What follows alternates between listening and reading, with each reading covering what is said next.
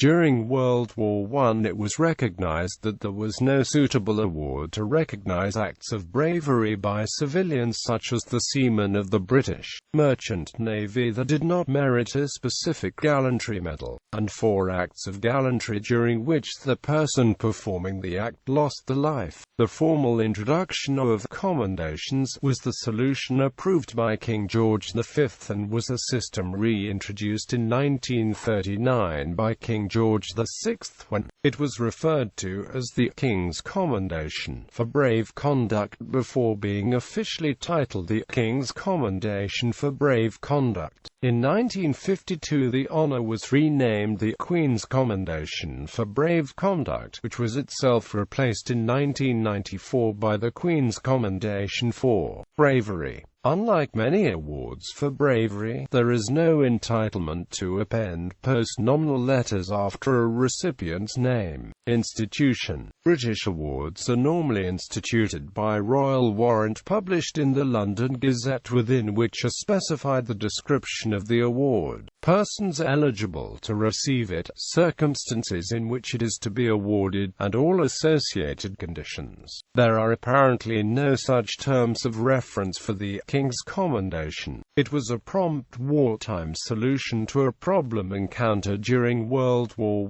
I. The commendation exists to officially acknowledge worthy acts by civilians and members of the military in non-warlike circumstances during a time of war, or in peacetime where the action could not otherwise be recognized by an existing award. As a commendation could be made posthumously, it was a versatile solution to enable official recognition of bravery in all circumstances. Awards were formally published in the London Gazette under personal certificate presented. Description. Between 1916 and 1943 there was no physical award other than a card certificate presented to the recipient. An example of a World War II King's Commendation certificate gives the details of the recipient and the date of the London Gazette announcement. From 1943 a small red cardboard box was presented, usually containing two golden red-colored plastic pin-backed badges bearing the design of a sword in a wreath, surmounted by a crown. Boxes containing a single badge are known.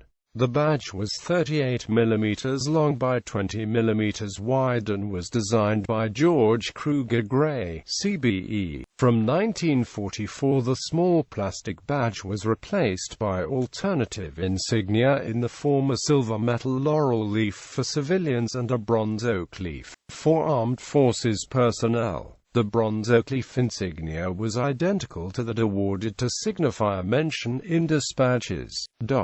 Civil insignia and military, the leaves being attached to the ribbon of the Defense Medal or War Medal if held by the recipient, or directly to tunic or jacket if no medals had been awarded. The insignia can be found in several variations and were worn as shown here on the appropriate medal ribbons. Some recipients received multiple King's Commendations, for example Captain E. G. B. Martin O.B.E. of the Merchant Navy, who received the award 3 times, on the 23rd of October 1942, the 27th of August 1943, and finally posthumously on the 22nd of June 1945. In addition to an Order of the British Empire Civil Division on the 2nd of June 1944.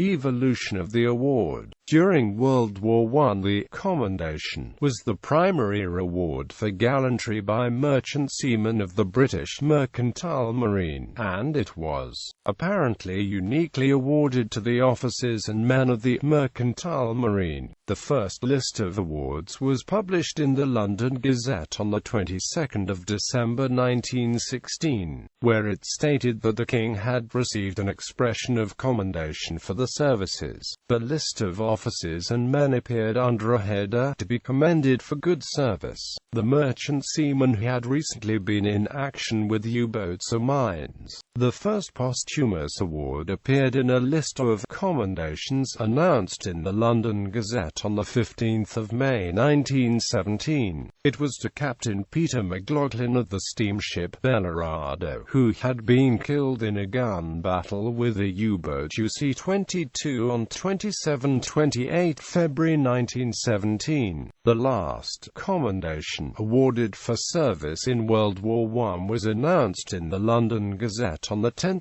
July 1919 to able seaman James Anderson of the steamship Petunia, which had been torpedoed and sunk. The practice of awarding commendations fell into disuse after this award, and it was not until the outbreak of World War II that it was reinstated by King George VI, when it became widely known as a King's Commendation, but did not actually have that title in the London Gazette until the war had ended. The first awards for World War II were announced in the London Gazette on 15 December 1939, where the names of officers and men of the Merchant Navy ships Mopan, Logoil, and Goodwood were published, following an expression of commendation of the good services in action with U-boats and mines. Multiple civilian awards appeared in the London Gazette on 30 September 1940 alongside awards of the recently instituted George Medal. The majority were firefighters,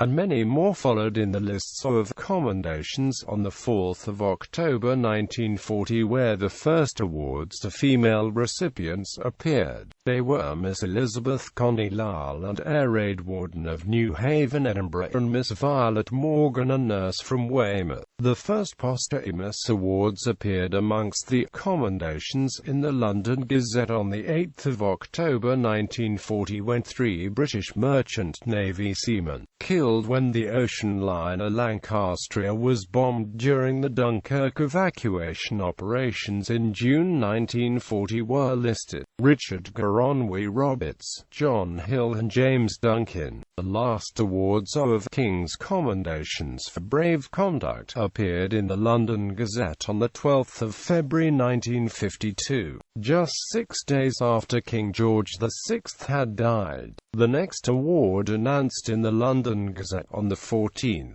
March 1952, had the title amended to the Queen's Commendation for brave conduct. Awards. During World War II, the scope of the commendation system was stretched far beyond the original concept, as it became a reward for gallantry both in the face of the enemy, away from the front, and in non-warlike circumstances. In many cases the award became a lower-level George Cross, as the George Medal and British Empire Medal could not then be awarded posthumously, and no other award existed. In World War I, about 420 commendations were awarded, some posthumously, apparently all to men of the British Mercantile Marine. In World War II, 2,568 commendations were awarded to men of the British Merchant Navy, many posthumously, and reportedly almost 2,000 were awarded to a broad spectrum of recipients such as policemen, firefighters and other civilians. Circumstances of awards. Examples of awards were those to Engineer Commander Robert John Anderson, Royal Navy, awarded a commendation in June 1941 for his bravery during the Blitz on Coventry in April 1941. John Jarvis, Deputy Depot Ambulance Officer, ARP Casualty Service, Norfolk, awarded a commendation in July 1941 for his bravery in rescue operations after an aircraft crashed and caught fire. Ernest William Meeby, Cadet Air Training Corps, a schoolboy, awarded a commendation in February 1943 for risking his life to rescue the occupants of a crashed aircraft. John William Fagan, mining surveyor at Ausiana Gold Mine, Gold Coast, Africa, awarded a commendation for his bravery when an accident occurred in the mine. Edwin Ernest Wing, a warden, Lincoln, Lincolnshire, Civil Defence, received a commendation in January 1944 for rescuing children from a burning house. John Morrison Ruthven, Chief Refrigeration Engineer, S.S. Clan MacArthur, Merchant Navy, awarded a posthumous commendation in February 1944 for remaining aboard his sinking ship trying to rescue trapped seamen. William Henry Shingleton, leading compressor driver, Dover Harbor Board, awarded a commendation in June 1944 for rescuing men who had strayed into a minefield. Mabel Ashley, policewoman, County Borough of Tynemouth 1 Police, was awarded a King's Commendation for brave conduct for her services when effecting the arrest of a dangerous criminal. Bibliography. Abbott Peter, British Gallantry Awards. Nimrod Dixon Amp Co. ISBN 0902633740. Slater, John. The Red Duster at War. William Kimber, ISBN 0718306791. Scarlett, R.J., Under Hazardous Circumstances. Naval and Amp Military. ISBN 0948130490.